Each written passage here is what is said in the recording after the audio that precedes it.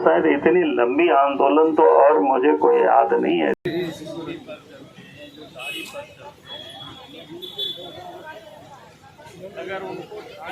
Pension देने का हमने एक अभियान शुरू किया था, क्योंकि मैं जानता हूं जो परिवार में कोई भी व्यक्ति जो दिव्यांग होते हैं तो परिवार से भी और समाज से भी एक प्रकार से वो तिरस्कृत होते हैं।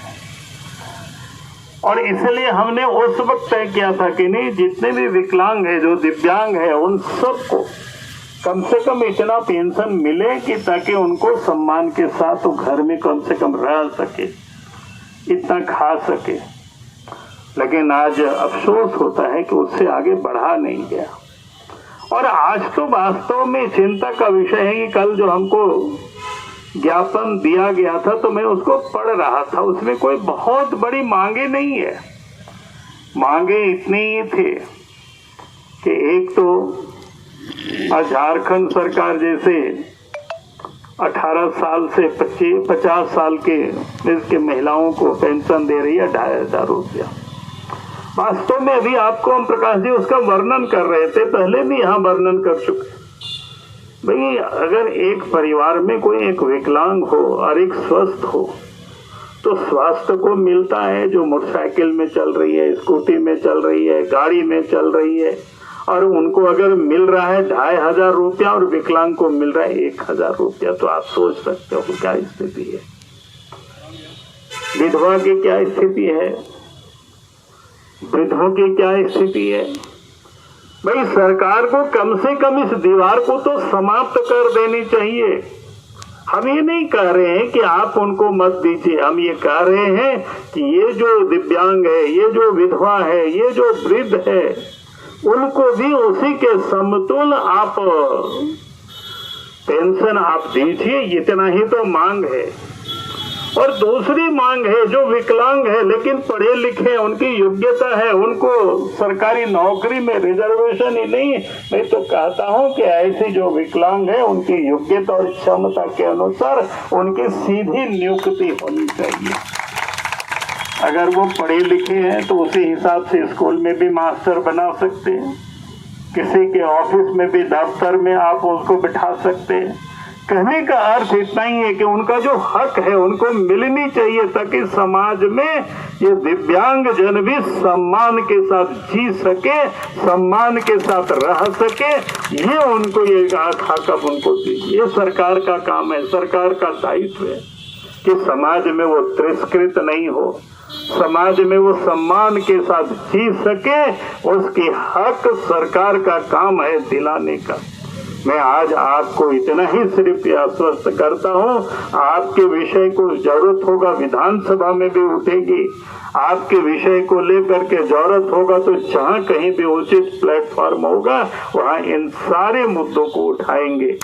और मैं कहूंगा कि विकलांगों के भी अगर गांव घरों में घर नहीं है तो उसको भी मिलना चाहिए, चाहे प्रधानमंत्री आवास हो, चाहे अबुआ आवास हो, चाहे अम्बेडकर आवास हो। सरकार उसके लिए योजना बना करके, ताकि ये भी एक अच्छे मकानों में रह सके, ठीक ढंग से रह सके, सम्मानपूर्ण जीवन जी सके और समाज के में इनका योगदान भी हो सके। ये भी हमें सरकार को सुनिश्चित करना। विशेष कुछ नहीं, आप सब ने हमें निमंत्रण दिया था तो मुझे लगा कि नहीं, मैं थोड़ी समय के लिए जरूर आपके बीच जा करके आपके साथ इतना मैं आश्वस्त करके जाऊं कि मैं आपकी लड़ाई में आपके साथ में खड़े हूं। जरूरत पड़ेगा तो हम भी आपके साथ सड़कों पर आएंगे। इन्हीं शब्दों के साथ अपनी बातों को मैं समाप्त करता हूं। बहुत बहुत धन्यवाद। जय हिंद, जय झारखंड, जोहार। बहुत बहुत धन्यवाद सर को हम लोगों के बीच समय देने के लिए। एक बार फिर से सर के इन आशाओं और आकांक्षाओं के पर खरा उतरने के लिए, हम लोग के साथ खड़े रहने के लिए सर को बहुत बहुत धन्यवाद। जोहार। बाबूलाल मरांडी जी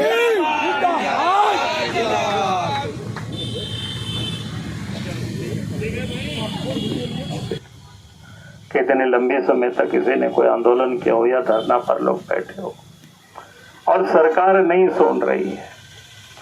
मैं इतना ही कहूंगा कि आप सब लोगों के मांगों को लेकर के मैं आप सबके साथ हूँ और आपकी इस लड़ाई में जहां भी हमारी जरूरत पड़ेगी वहां भी जाएंगे। और आपको जब तक न्याय नहीं मिल जाता है तब तक हम इस लड़ाई में आपके साथ हम खड़े, चाहे विधानसभा में हो, चाहे सड़क पर हो, चाहे कहीं भी जो उचित प्लेटफॉर्म होता है वहां आवाज जरूर उठाएंगे। और आपका जो हक है, आपका जो अधिकार है, उसको जरूर दिला करके छोड़ेंगे। यह मैं आज आपको आश्वस्त करता हूँ।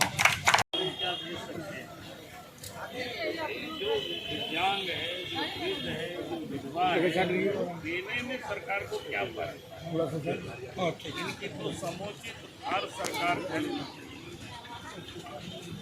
यानी एक तो इनको भी 2500 रुपया के पेंशन मिलना चाहिए,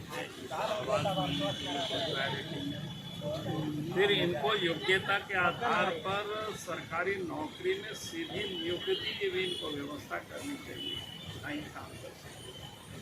लेकिन आश्चर्य होता है कि सरकार इन सब की आवाज़ विधानसभा में भी उठाएंगे, जरूरत होगी तो जाएंगे सड़कों पर। ठीक है जी।